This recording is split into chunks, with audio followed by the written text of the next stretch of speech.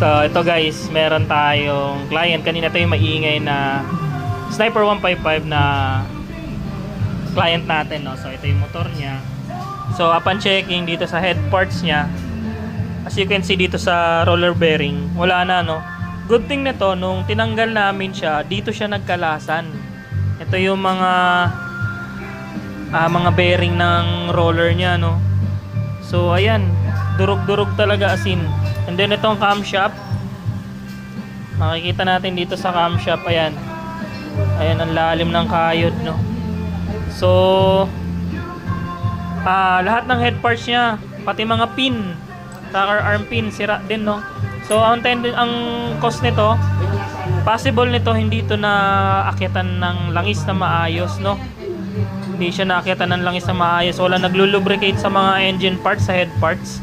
Kaya ito mga rocker arm tsaka cams ay nasira.